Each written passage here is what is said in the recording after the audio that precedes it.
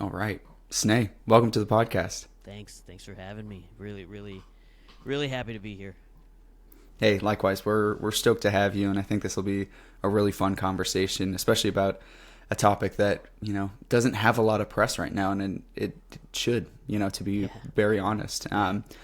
But before we get too into the weeds on all things cartilage, let's just have you introduce yourself and let the listeners know what you're up to, maybe a little bit of your career path that led you up to this point. Yeah.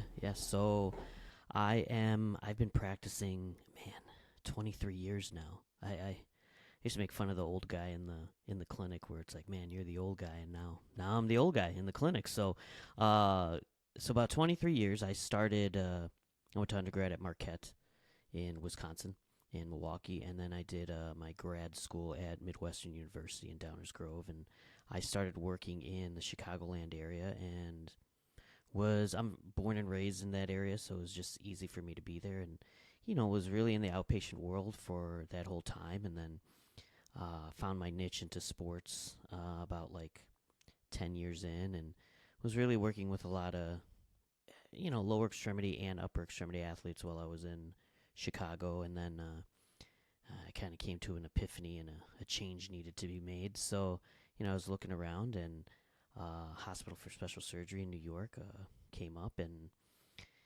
gave me an interview, and we had the same general goals that we were trying to achieve. We were trying to bring sports to another level, and I sold my 4-bedroom house to move into my 1-bedroom shack in New York City.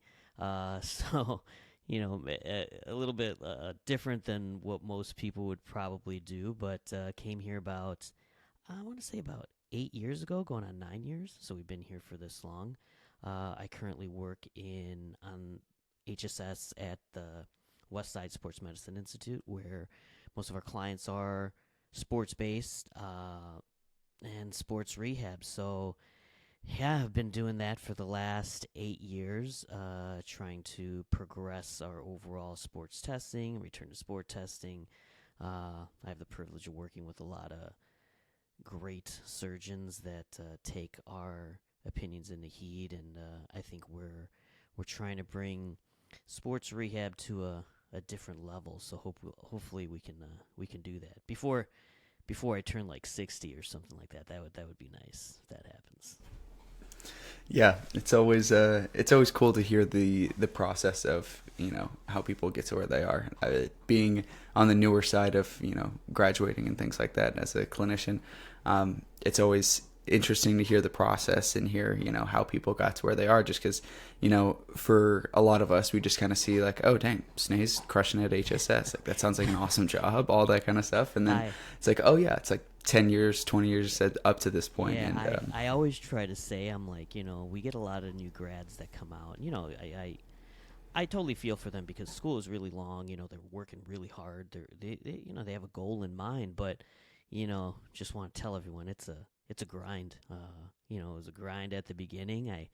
I feel like I continue to grind now. I think depending on what niche you want to do, sports is a grind. It's just the way it is. I don't think you can get away from that. I've tried to try to not do that, but this is the life, and this is what I chose to do. I actually love doing it. I don't think I think if I didn't do the grind, something would be a little bit off with me.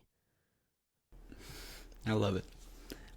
Let's dive in a little bit into the paper itself. So today we're obviously going to be talking about the paper that you wrote and got published earlier on last year, titled "The Evolution of Rehabilitation and Return to Sport Following Cartilage Surgery." Do you want to just give us a brief background on, what the impetus for writing this paper was, and what your goals were in terms of delivering it? When we started writing that paper, I was actually approached and asked to do an editorial commentary. I've had the privilege of working with a lot of great PTs over the years, and the editors and such from IJSPT actually approached me and said, Snay, you do a lot of work in the cartilage realm. Would you mind writing an editorial on this? Because it has been a long time since things came out. Kevin Wilk, who was one of my mentors and who I look up to still at this time. He did a cartilage rehab manuscript several years ago, and then nothing came out. It just was one of those that it's not that it was forgotten. It's just not really highly seen, and I think now it's with the younger population becoming a lot more active. There's a lot more focal cartilage lesions that are present in people. People really want to stay active. They don't want to get a knee replacement or even a partial knee replacement in their mid 30s. So this surgery is a viable solution to that patient population. But with that being said, the rehab protocols haven't really changed a whole lot or haven't been discussed.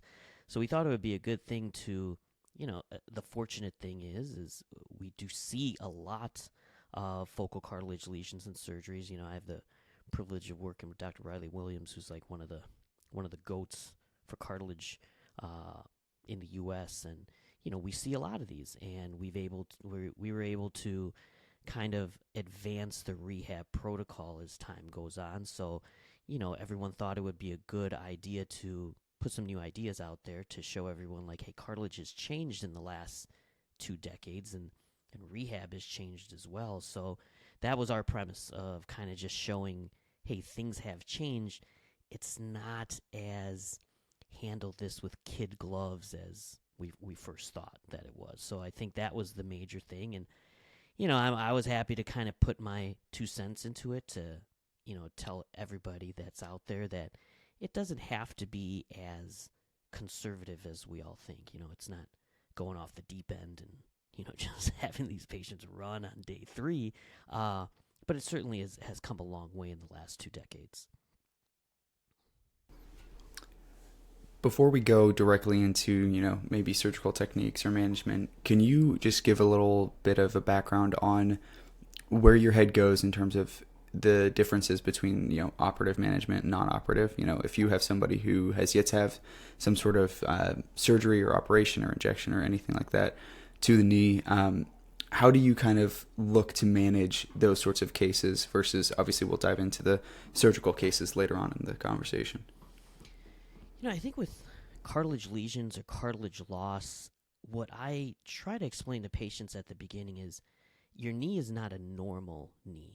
I talk about this all the time where if you end up having some sort of, catastrophic like ACL injury, you have an ACL injury, unfortunately your ACL tears or, your PCL or, whatever ligament tears in there, you have a meniscal tear or whatever. These are acute injuries, so usually when they happen to a fairly healthy knee. There's not a lot of stuff going on in there. So, although the rehab is very hard, it's very long, you still have a fairly healthy knee that you're working with. On the cartilage patient, this is more of a knee that's, I like to use the word janky just because that's the best word that I can think of. Like it's not a healthy knee. There's a lot of stuff going on in there. There's inflammation. It's already a catabolic process that's happening. Cartilage is breaking down. So you're in a non-healthy environment. So I try to tell these patients, like, if we're in a non-op sort of setting, I have a realistic goal expectation as well. I'm like, listen, there's a lot of things that we have to do in order to A, die this down, and B, get you to a little bit better of a functional level. The example I use every time is, the knee is just there to go along with. Like, it's just there. Like, it's not doing anything other than hinging your joint, giving you a little bit of cushion in there. What's really doing everything is the musculature around it. So when you get these knees that come in, cartilage is broken down, it's inevitable. They're going to be in pain. So, like when I talk to someone about, well, what are you doing in the gym, or what are you doing, have you done for your rehab in general before? And 9 times out of 10, they'll tell me they're like, I can't do anything because my knee hurts so much. Well, if your knee hurts so much, you can't strengthen it. And so if you can't strengthen it, you're putting more load on the knee afterwards. So it's, you get into this circle of just dysfunction that, people get into. And you'll see it. I don't get focal knee cartilage lesions that are, they got hurt on Saturday and they're coming in Monday to the clinic. They're like, it's like, how long have you been like this? Years. I've been having years of knee pain. I had an ACL or I had a meniscal injury, and, it just kind of snowballed from there. I'm very active. I run. So a lot of times with that non-op injury, I'm like, all right, listen, we have to find ways to, slow down that inflammation process in your knee, whether it be like anti-inflammatories, ice, injections, biologic injections, something that'll help slow down that inflammation process. B, some level of activity modification if you need it. I'm not against running, but it's kind of like that thing, like, that old adage where it's like, hey, doc, it hurts when I raise my shoulder up like this, or you do this weird move, and you're like, yeah, just don't do that. If you don't do that, your shoulder's not going to hurt. So for patients who come in and say, I have a lot of pain while running, I'm like, okay, well, maybe we lay off the running a little bit. So some sort of activity modification. And third, I think the most important thing is we need to get that strength back up there. However we can do it, you have to start off in some level. So, quad strength, glute strength, core strength, it has to be there. Otherwise, you just don't have any support with that knee. So, I try to get non-op patients back into the realm of, okay, listen, we got to get this strength up.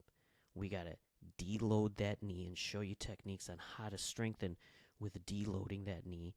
And then once we can, we start introducing that load once again. So I'm not one of those guys that's like, hey, let's deload your knee. Let's do every strengthening exercise that's out there that's going to deload your knee, and then we're good. No, we got to load your knee afterwards, because I think a big example we give all the time is, how do you go down the stairs not loading your knee? Like, you got to do it. So it's at the beginning, deloading the knee, getting that strength back up there, and then introducing that load again so that they can do it. And you'd be surprised. There's a lot of people with some cartilage lesions that don't exactly have to get any kind of surgery. They can be able to manage it. It's just kind of changing their lifestyle. Strength is of the major function, and I tell everyone, I'm like, listen, if you're not doing any sort of regimented strength training, you're going to have to start. Like, you're going to have to start this if you want to start to feel better. You can't think your way out of this this problem. Even if, your doctor was like, hey, listen, let's try giving you a cortisone injection or some anti-inflammatories to decrease your pain, which I think will generally help, like they will. You're not going to get past the problem unless you change and you start doing a regimented strength program, not rehab. Like, you and me both know, like, rehab exercises are one thing, but once you get past that, you need to do some sort of strength training for your lower extremities to kind of overcome some of this. When you think about, resistance exercise, strength training, when it comes to these sorts of populations, what types of, I guess, entry points or, initial progressions are you thinking about as just kind of a generic topic of, hey, let's say somebody, they've gone through the general progression of, they've gotten their knee somewhat quiet, they've been able to, restore some basic mobility, range of motion. They're starting to get towards this more quote unquote functional strength training phase of rehab. Where do you tend to start this individual off? And then where does that kind of lead into? When I first start introducing that load, I think the easiest place for me to introduce it is on the leg press, or the shuttle or something like that, something similar like that, because they're in a more reclined supine position, so it's not going to be full body weight that's through there. So I will start with that, and, the cues that I'll give people are, hey, I don't want you to push more with your good leg and less with the other one. I want you to try to feel that 50-50 notion. Sometimes what I've tried to do is, it's hard to do this. It's not like the easiest setup, but, I've tried to play with putting force plates on the leg press and just having them see it with the iPad and, seeing their force distribution, just so they know mentally, what does 50-50 feel like, because they may say, oh yeah, I am doing 50-50. And you're looking at them, you're like, no, you're pushing all off of one leg. It's just not happening. So leg press is a big thing for me. Eccentrics on the leg press are a big thing for me. So I will do a concentric push, but I'll let them know, like, hey, I want you to eccentrically really control this weight down. So moving from double leg then to single leg, starting off light with single leg, and same principles, like, hey, I want you to, push up and really control down. Another one I'll do on leg press is a 2 up, 1 down leg press, where I'll have them push up with 2, lift their good leg up or their unaffected one, and then I'll have them slowly control down. And when I say slow, I'll do like a 20 second down. So they're not only working on that concentric strength, they're really working on the eccentric strength a lot, because most people, if you look at them, when these cartilage patients come in, the biggest thing they'll say is, like, when I go up and down the stairs, and I'll ask them, I'm like, well, which one is more? And they're like, down, definitely. Like, we're in New York City, like, they're like, I don't go down the subway stairs right, and I get yelled at, and people are yelling at me, and so, but that is a direct thing with eccentric strength. So I try to tackle both of them. There it is, and then I'm getting them on their feet. I'm squatting, and I forgot to mention this, but even before that, I'm a huge proponent of blood flow restriction. I'll use blood flow restriction at the beginning, whether you're an operative case, a non-operative case, because, blood flow restriction, I think I've been using it for like the last 8 or 9 years. And I remember the first day I used it, we got a unit, and, we didn't know how to use it, and it was brand new. And I hooked myself up to it. We're reading the instructions, and I hooked myself up to it. And I'll never forget, I did like a 3-pound straight leg raise, because we didn't know. And we're reading the instructions as we're going. And about like middle of the third set, I was like, this is horrible. Like, my quad is on fire. And that's when it kind of was like, this is a great adjunct that I can use. Because like I said, these people aren't able to load their knee. So it's hard to do, as a simple thing, I always tell people, I'm like, you get strong by lifting heavy stuff up and putting it down. Like, that's what makes you strong. But you can't with knees like this, because they hurt too much. So blood flow restriction is a must in my practice, in order to get that quad to get strong in an unloaded position. For example, leg extensions, I'll do in an unloaded position with like a 5-pound cuff weight. For this patient population, it's impossible. They don't have the quad strength. So, that's a must that I do beforehand. But once I've established that, they're on their feet. They're trying to do double leg squats in the available range that they can. I start loading them up to goblet squats. Again, just pushing the limit as much as I can. And that's where it really goes. You gotta load these people up. Like, load is what gives cartilage health. So you can't get around being like, okay, well, we'll just do everything unloaded, because the minute you start to load these people, which is their functional place that they need to be in, they're gonna have pain.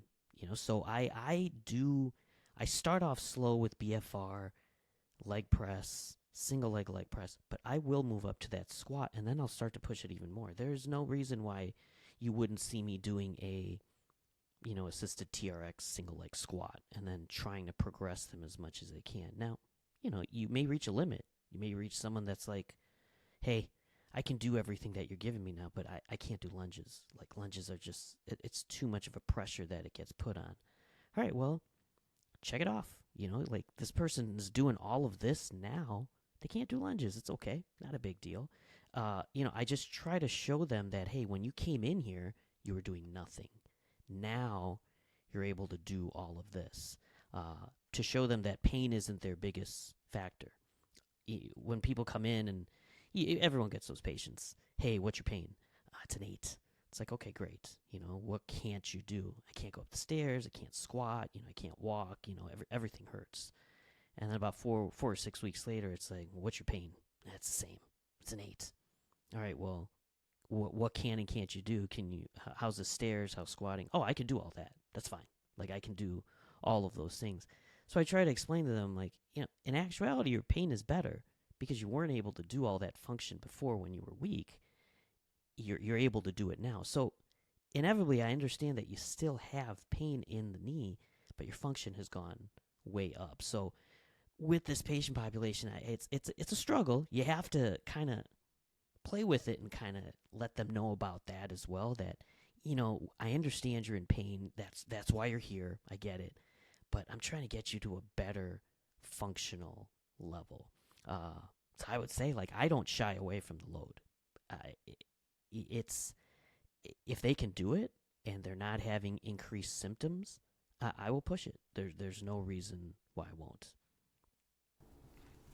Yeah, I think a lot of times, it can be one of those things where people, especially if you don't have many reps with a population like this, or you're not as familiar with it, this idea of compressive load to the joint may seem scary, right? But in reality, kind of like what you're saying, it's some of that compression that actually provides the nutrition to the cartilage that we need, rather than it just being this kind of gentle range of motion as tolerated kind of a progression. But I guess sort of speaking about this idea of progression or range of motion, all those sorts of things.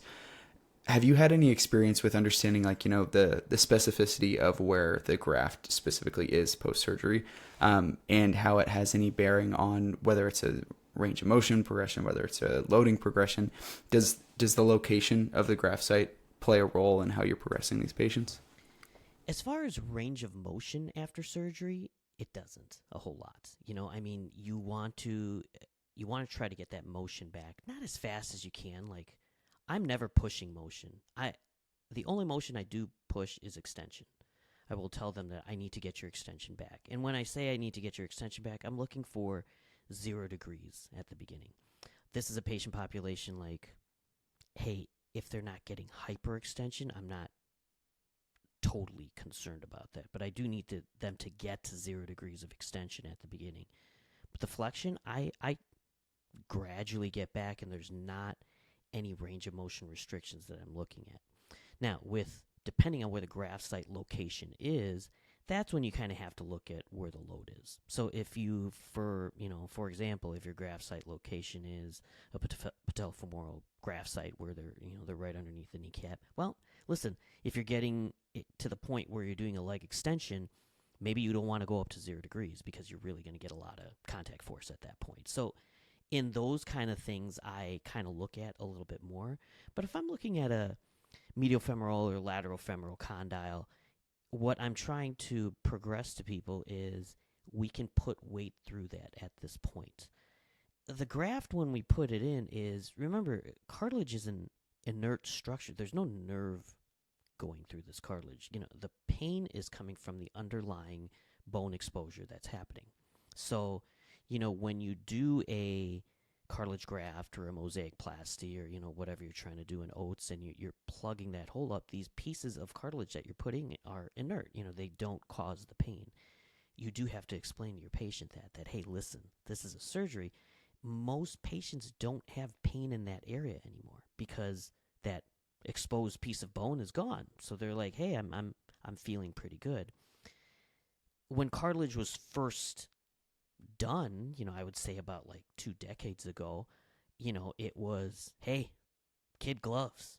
Put this person in a brace for 8 weeks, non-weight bearing for 6 weeks, and then let's go at it.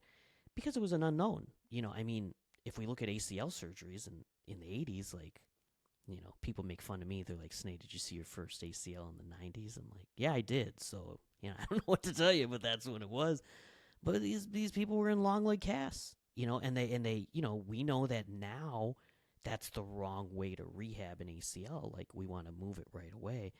But, things evolve as time goes on. So we've seen, we still do brace patients, for the first couple weeks, but is a progressive weight bearing. Like, we are toe touch for a week, and then weight bearing is tolerated. Not getting rid of the crutches and kind of going off of it.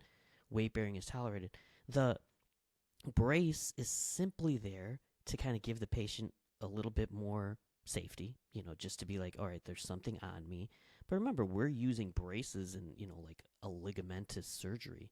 This is not a ligamentous surgery. We're putting a piece of cartilage in that spot, so they don't have any ligamentous issues that are going on. So that's why we try to get the brace off real fast. So the brace comes off real fast, so they start to load that leg. They start to get more sensory input into that quadricep, and that quadricep starts to come back. Dr. Williams, I think a couple weeks ago on our podcast, he was like, we talk about this all the time. You put this person who got a cartilage surgery, already has a knee that's breaking down, like a bad knee. It's catabolic. The capsule is just like inflamed and tight, and it's just not a good looking knee. And then we do this cartilage surgery to them, which again is going to cause some trauma. You're going in there and you're putting this in there, but then we brace them. We brace them and we get this tight capsular knee, and then we make it tighter. And then this person comes out and they're like, my knee is very tight. Hence why we're like, no, let's start moving this around. There are still a lot of people who are very conservative with their weight bearing protocols. I don't hate on any of those people. I'm like, it's fine. It's we just see that you need to put weight through that cartilage to get good health into that cartilage. The synovial fluid needs to move in and out, but it's a progressive weight bearing. So it's very important to make sure that you are not shying away from that, but you don't want to overload. So it's a very big song and dance that you have to do with some people. Like, I'll have clinicians, they're like, Snake, can we load them up? I'm like, hey, go ahead.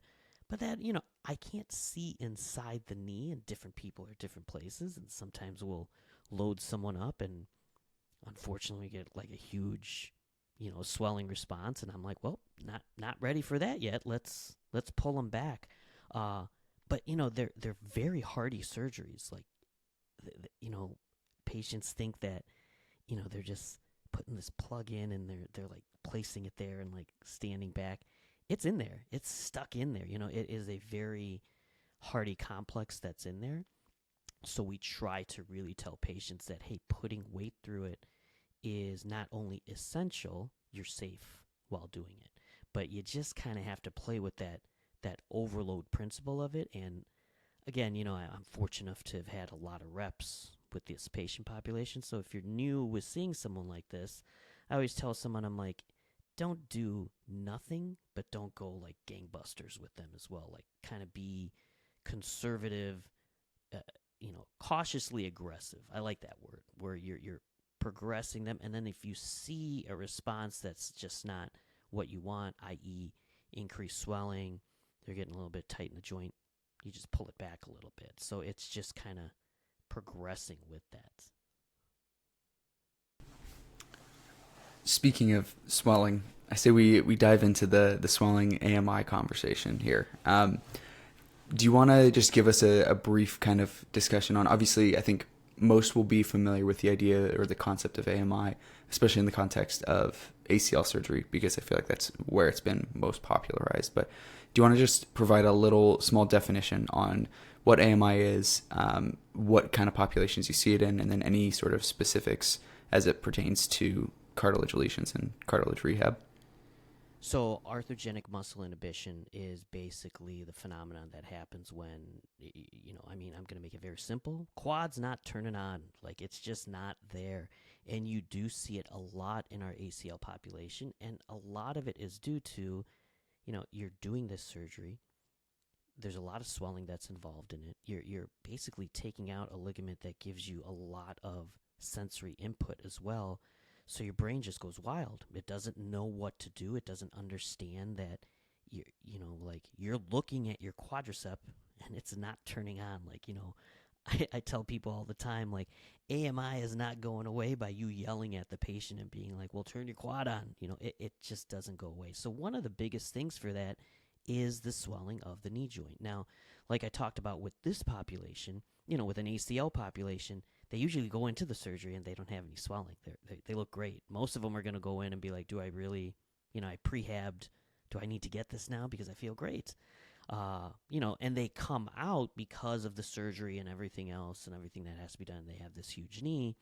And so it's a basic concept like, all right, let's get the knee, quiet. Let's get that swelling down. Let's take your anti-inflammatories. Let's do stim. Let's do whatever we need to do to light up this quad at the beginning because that is the most important thing.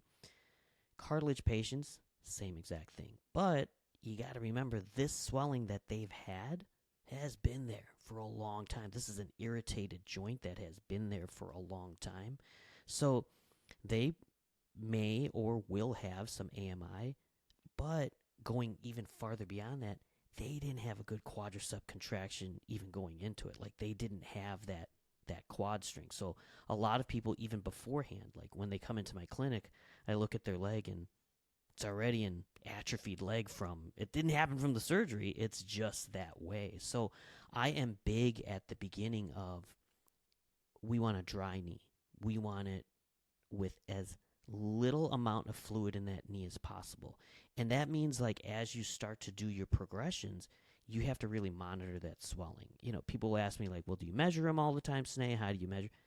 I use my eyes more than anything else. I use my eyes and a feel of what the patient's doing. So they come in one day and their swelling looks good.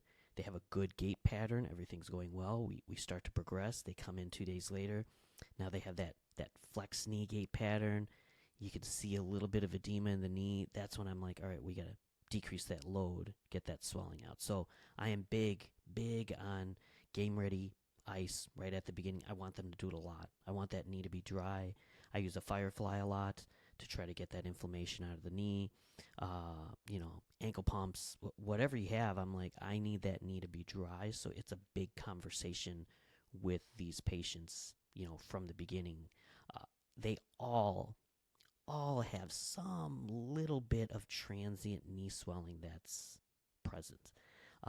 And once they get down to that point, I'm like, all right, we're at a good point. Then it's, conversations with you and the surgeon to be like, hey, swelling's not under control.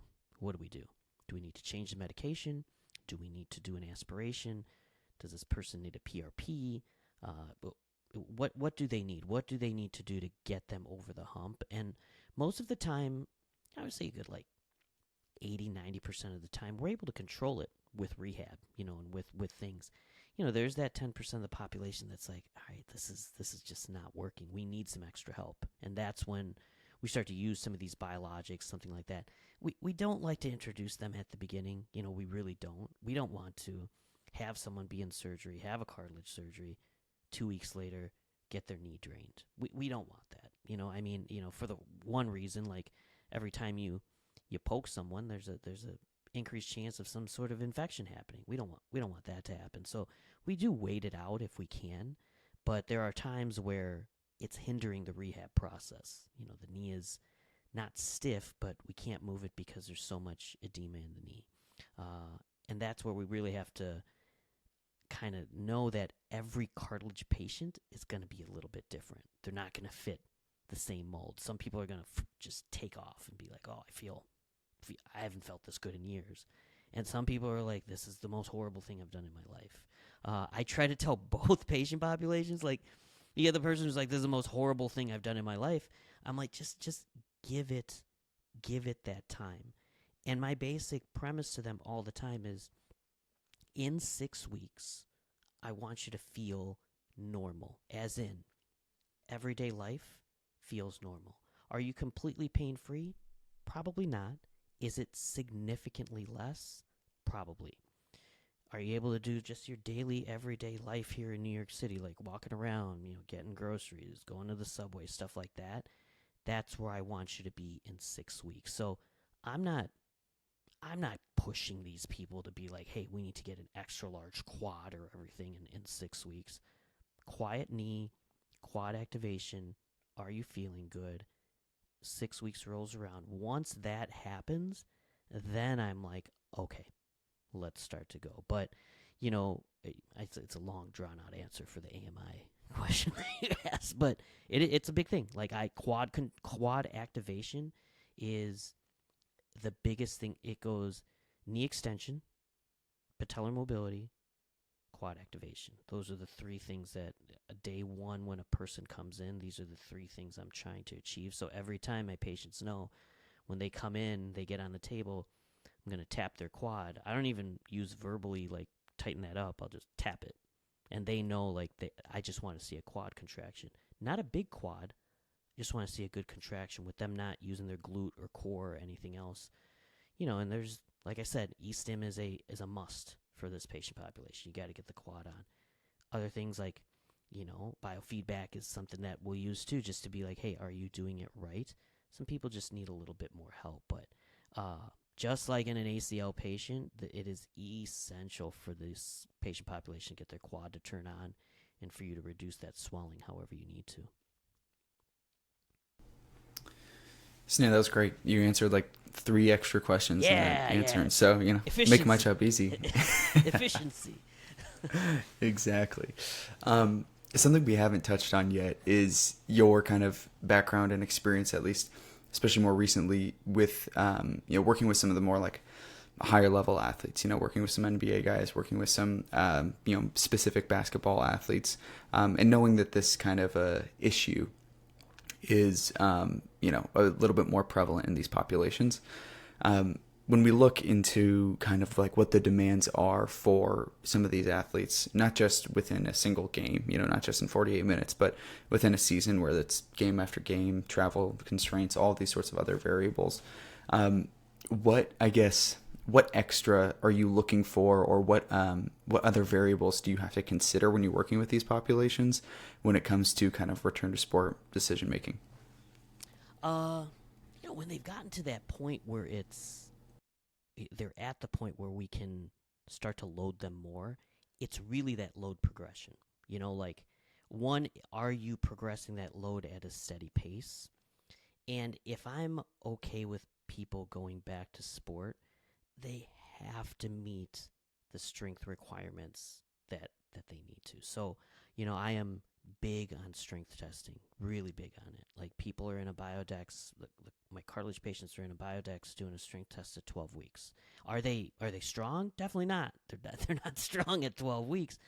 But I do it to show them, here's where we are, here's where I need to be. So, in particular, I tell my professional athletes, I'm like, all right, listen, I need you to check 2 boxes for me, especially with this problem. I need at least a 90%, quad LSI. And that's I do 90% to go back to contact practices. That's where I need to be. Like, full performance gameplay, I'd like you to be at 100. That's where I'd like you to be. That's just what I need. And peak torque to body weight, 300. My professional athlete cohort, I'm like, I need that. I need that from you. And with my cartilage cohort, I am even more of a stickler on that. They need to keep that strength up. So, not even professional athletes, but, even our college athletes and stuff. Once you let go of the reins a little bit, we're like, okay, you can start getting back to it. It's inevitable. They stop doing the amount of strength training that we're doing with them in rehab. So, I am of the utmost. Strength training is one of the most important things that you can do. In this cohort, I tell people, I'm like, you've been strength training with me this much. Now you're going back to higher level activity. I need you to up that here. So they need to show me that strength. A lot of times they'll come back and they're like, Snay, my knee's acting up. I'm not sure why. And I'll go through the checklist. I'm like, okay, have you been doing more? Yeah. Have you been on the court more? Yeah. That's I'm trying to ramp it up. What's happening with your strength program? Well, I'm not having as much time because I'm on the court a little bit more. Then I kind of tell them, I'm like, it's not going to work. You're a patient that you're not an ACL patient. You can at the end when you're in the performance phase, 12 month, 13, 14 months out of an ACL, all right, you can let the gas go of strength a little bit and still be okay because you got a healthy knee. Cartilage patients, I'm like, no, you can't. You can't. I need you to keep that strength up. However you need to. If you're still doing a deload day with the BFR, do it. Get that strength to kind of go up. But when we're kind of getting back to that return to sport phase, the metrics are always a must for me with the cartilage patients. We will look at it. Like I said, I see a lot of patients from Dr. Williams. We'll talk about it, and we're like, 72%. This person's not going to do well. They'll maybe do well in the loading phase and trying to do it, but as they start to get more to that performance phase, we're going to get a phone call. And I'm like, no, just, I think most of my players get angry with me because they're like, all you say to us is get your quad stronger, get your quad stronger. And they'll all say, like, I'm working really hard. No doubt they are. I push to the limit and I'm like, I know you're working hard. Keep going. Like, they all get over the hump. Like, it just, you gotta, like, keep convincing them that you can do it, because if you're looking at a professional athlete who's putting their, contract on the line, this is what they do. They this is their profession. And I don't know about you, but I don't see a lot of 60-year-old professional athletes, like, basketball players. They're all young. They're in their 20s, 30s.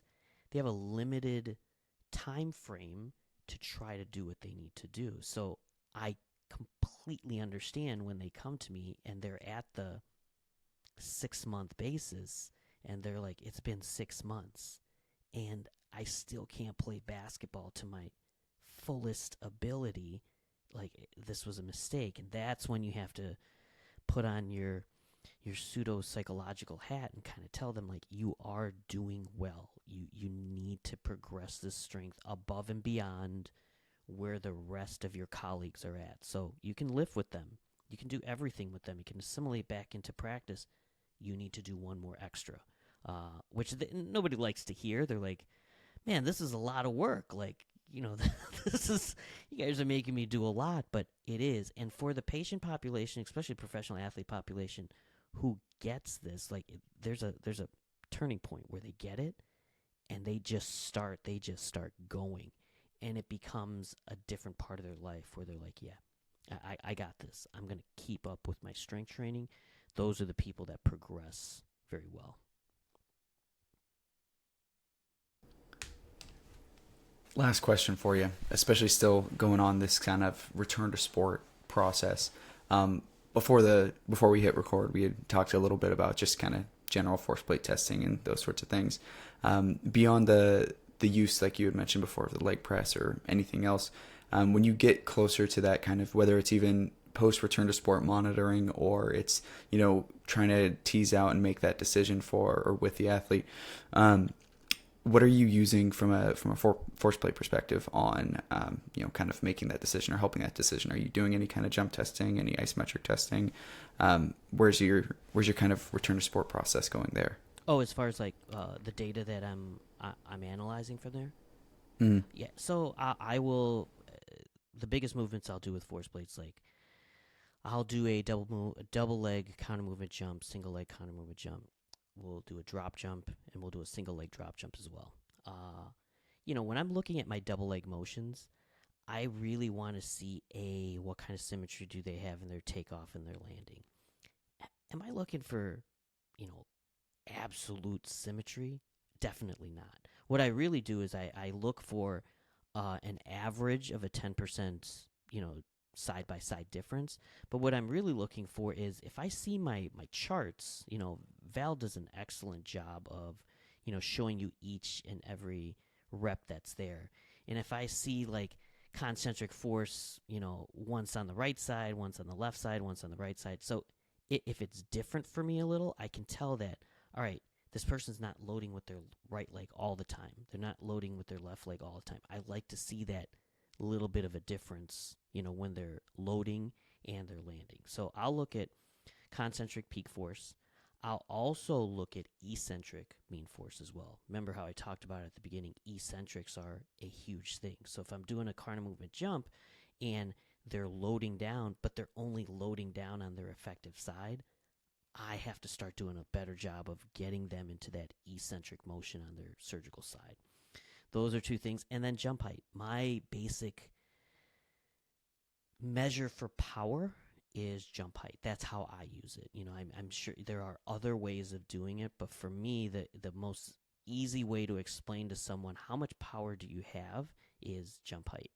And then we'll get into the nuances. I'll look at speed of that eccentric contraction, how they're doing it, and just let them know, like, hey, listen, this is when I get into the weeds about getting into that fast eccentric contraction kind of coming down, and getting concentric power over there will get you more power. So I'll go from the force plates to our Kaiser pit squat, and I'll show them, I'm like, I want you to go down with a slow eccentric and push up and see how much power you're pushing out. Then I want you to go fast. And they kind of get it into their head about what that eccentric mean power is.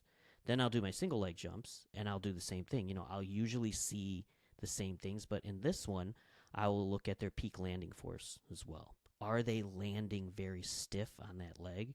The beauty with us is we have a markerless motion capture as well. So I can do my force plate testing and see the forces that are coming out, but then I can take them to the motion capture and show them, like, hey, look how much you're not dissipating force with that knee. All that force is going through.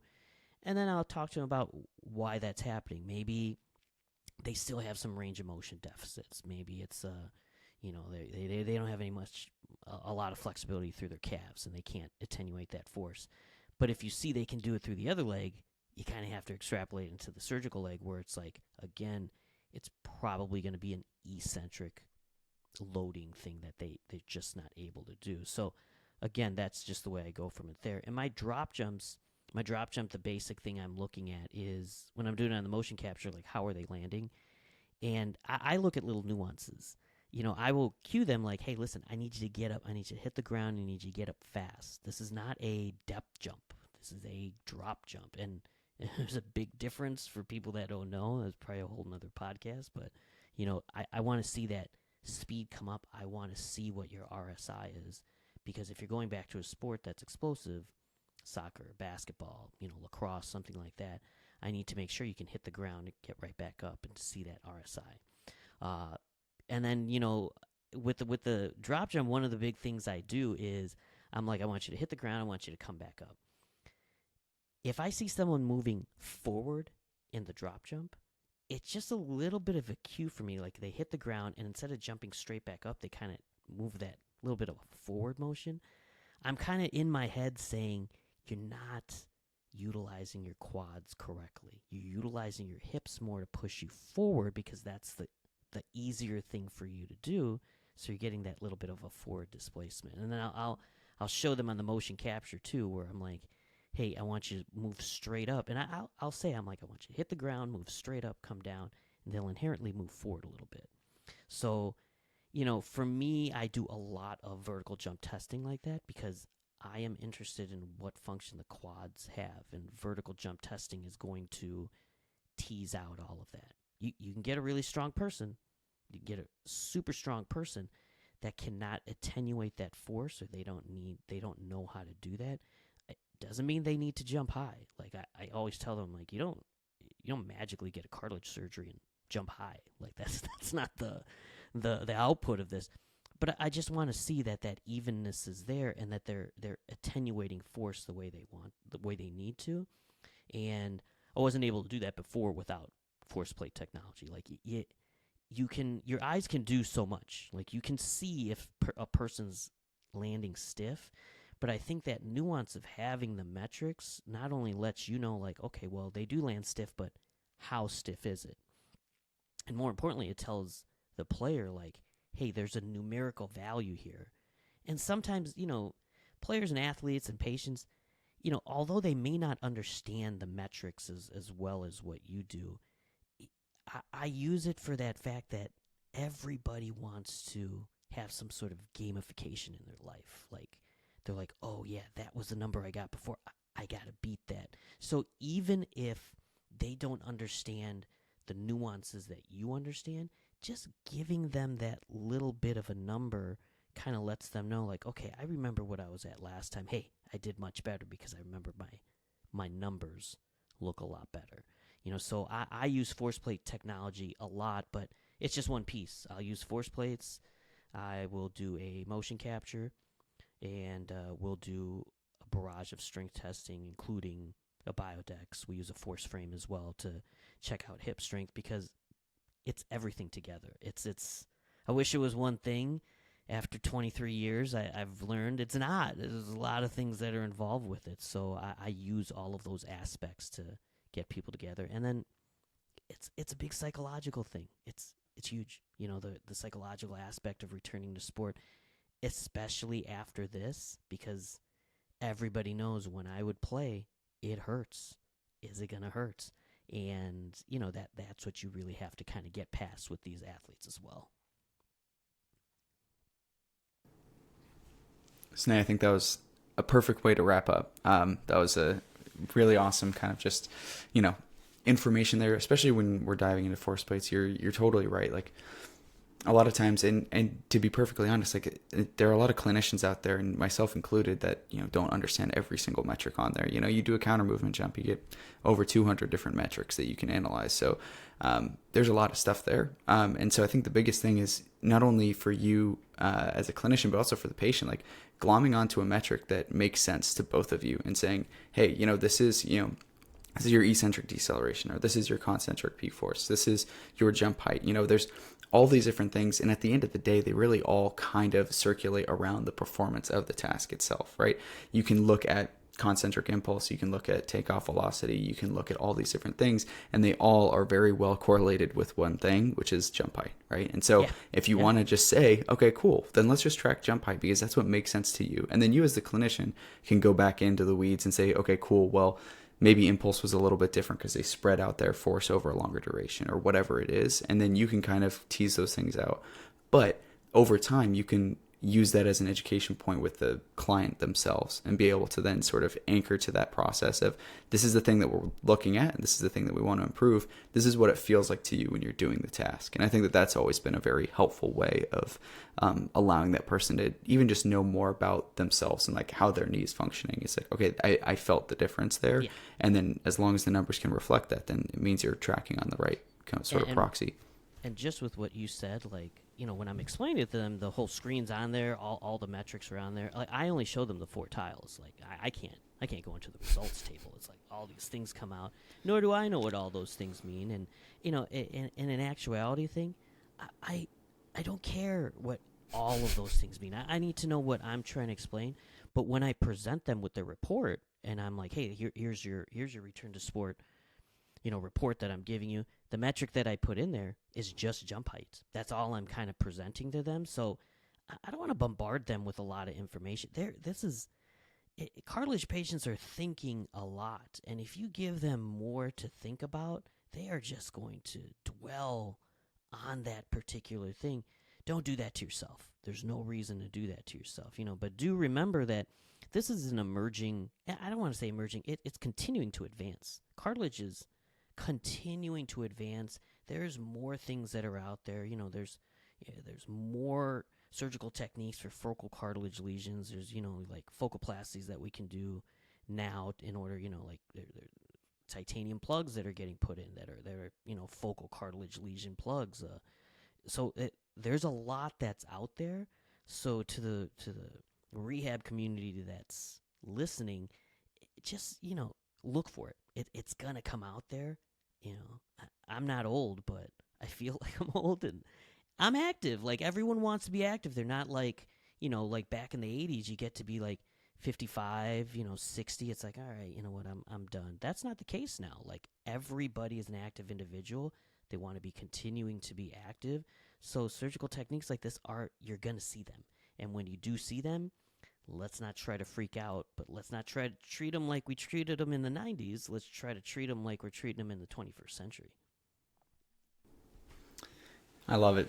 Well, Snay, thank you so much for being on the podcast. We really appreciate it. And I think this will be an awesome conversation for people to go back and listen to, especially about this topic, because there's really not much information out there except for some of the stuff that you guys are putting out. But if there's any way that the listeners can connect with you or digest more of your content or anything like that, feel free to share, because we always want to make sure that everybody's getting as much information out there as possible that's quality, like you guys are doing. Yeah, I mean, I have you can reach out to me on my Instagram page, Smart for Athletes. We also have a podcast that we put out every Monday, the Sports Rehab Lab. You can DM us on our Instagram page at any time, Sports Rehab Lab. We're just out there trying to put out as much information to the sports rehab community as we did, as we talked about right at the beginning. This is a grind. There's a lot of stuff to try to advance yourselves. We're just there to help people out, answer their questions on a very easy platform, to show you that, hey, listen, you can treat all of these things, and we try to answer your questions. We have a bunch of cartilage podcasts on there, but for anyone who is interested or needs to know more, I'm an open book. Nothing's a secret with me, so I will give you everything that I know about cartilage to help you out and help all of your patients out as well. So both of those ways are easy ways to contact me or our group. Awesome. Snay, well, thanks for being on the podcast. Really appreciate it. Thanks, Dylan. You too. Thanks for having me. Right on.